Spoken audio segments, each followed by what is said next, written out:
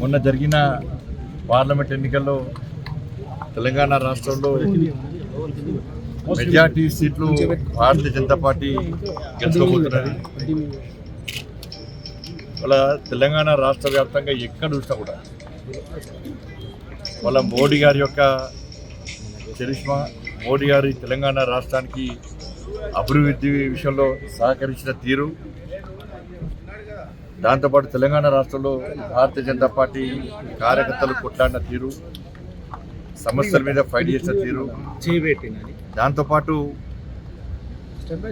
BRS మీద వ్యతిరేకతతోని Congress party కోటేస్తే Congress party కూడా 100 రోజుల్లో 6 గ్యారెంటీలు అమలు చేస్తామని చెప్పి మోసం చేసినటువంటి విధానాన్ని ప్రజలు గుర్తించారు.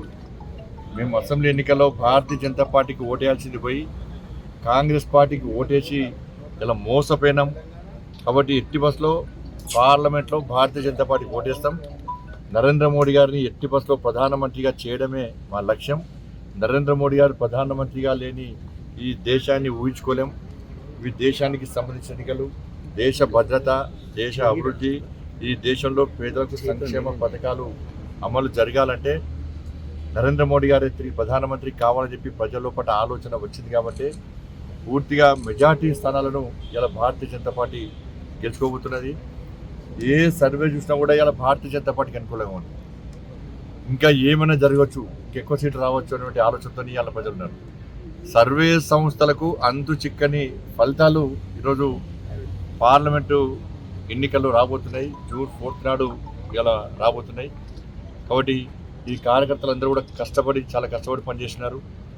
బట్ అన్ని మ్యాక్సిమం స్థానాల్లో మేము గెలవడానికి కూడా అనుకూలమైన వాతావరణం ఉంది. దాంతోపాటు శాసన మండలి ఎమ్మెల్సీ ఎన్నికల్లో కూడా ఇలా భారతీయ జనతా పార్టీ గెలవబోతున్నారు. ఎందుకంటే బీఆర్ఎస్ పార్టీకి ఓటేసే స్థితిలో ప్రజలు లేరు. బీఆర్ఎస్ పార్టీని ఇంకా కూగట్టులతో పెకిలించాలని చెప్పి ప్రజలు కసితో ఉన్నారు. అతి తక్కువ సమయంలో ప్రజా వ్యతిరేకతను రెట్టింపుగా స్థాయిలో చూరగొన్న పార్టీ కాంగ్రెస్ పార్టీ. కాబట్టి రాబోయే రోజుల్లో కాంగ్రెస్ పార్టీని ప్రశ్నించాలన్నా, కాంగ్రెస్ పార్టీని నిలదీయాలన్నా, కాంగ్రెస్ పార్టీ వ్యతిరేకంగా ఫైట్ చేయాలన్నా, గతంలో భారతీయ జనతా పార్టీ మాత్రమే బీఆర్ఎస్ పార్టీ వ్యతిరేకంగా చేసింది. ఇలా కాంగ్రెస్ పార్టీ పరిస్థితి అదే. కాబట్టి కాంగ్రెస్ పార్టీ వ్యతిరేకంగా ఫైట్ చేయాలంటే అది భారతీయ జనతా పార్టీకే సాధ్యం. ఇక్కడ భారతీయ జనతా పార్టీనే ఈ ఎన్నికల్లో గెలిపించాలి. కేంద్రంలో నరేంద్ర మోడీ ప్రభుత్వం ఏర్పడబోతున్నది. ఇక్కడ బీఆర్ఎస్ పార్టీ, కాంగ్రెస్ పార్టీ కుమ్మక్కై ఇవాళ బీజేపీని ఓడించే ప్రయత్నం చేస్తున్నారు. కాబట్టి ఇటువంటి పరిస్థితుల్లో ఇవాళ మేధావి వర్గం అంతా కూడా, గ్రాడ్యుయేట్స్ అంతా కూడా, ప్రతి ఒక్కరు కూడా ఈరోజు ఎమ్మెల్సీ ఎన్నికల్లో భారతీయ జనతా పార్టీకి ఓటే అని చెప్పి నిర్ణయించుకున్నారు. కాబట్టి నాయకులు అందరూ కూడా దీనికోసం ప్రచారాన్ని చేసాం. నేను కూడా ఇలా వారణాసిలో నాకు ఎన్నికల బాధ్యతలు ఇచ్చినప్పుడు కూడా కేంద్ర నాయకత్వాన్ని ఒప్పించి ఇవాళ రేపు శాసన మండలి ఎన్నికల్లో ప్రచారం చేయాలని చెప్పి ఆలోచనతో నేను రావడం జరిగింది.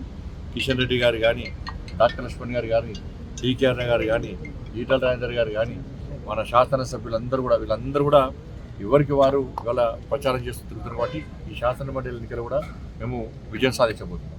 అసలైన తొలి వెలుగు. ఫాలో వాట్సాప్ @తొలి వెలుగు official.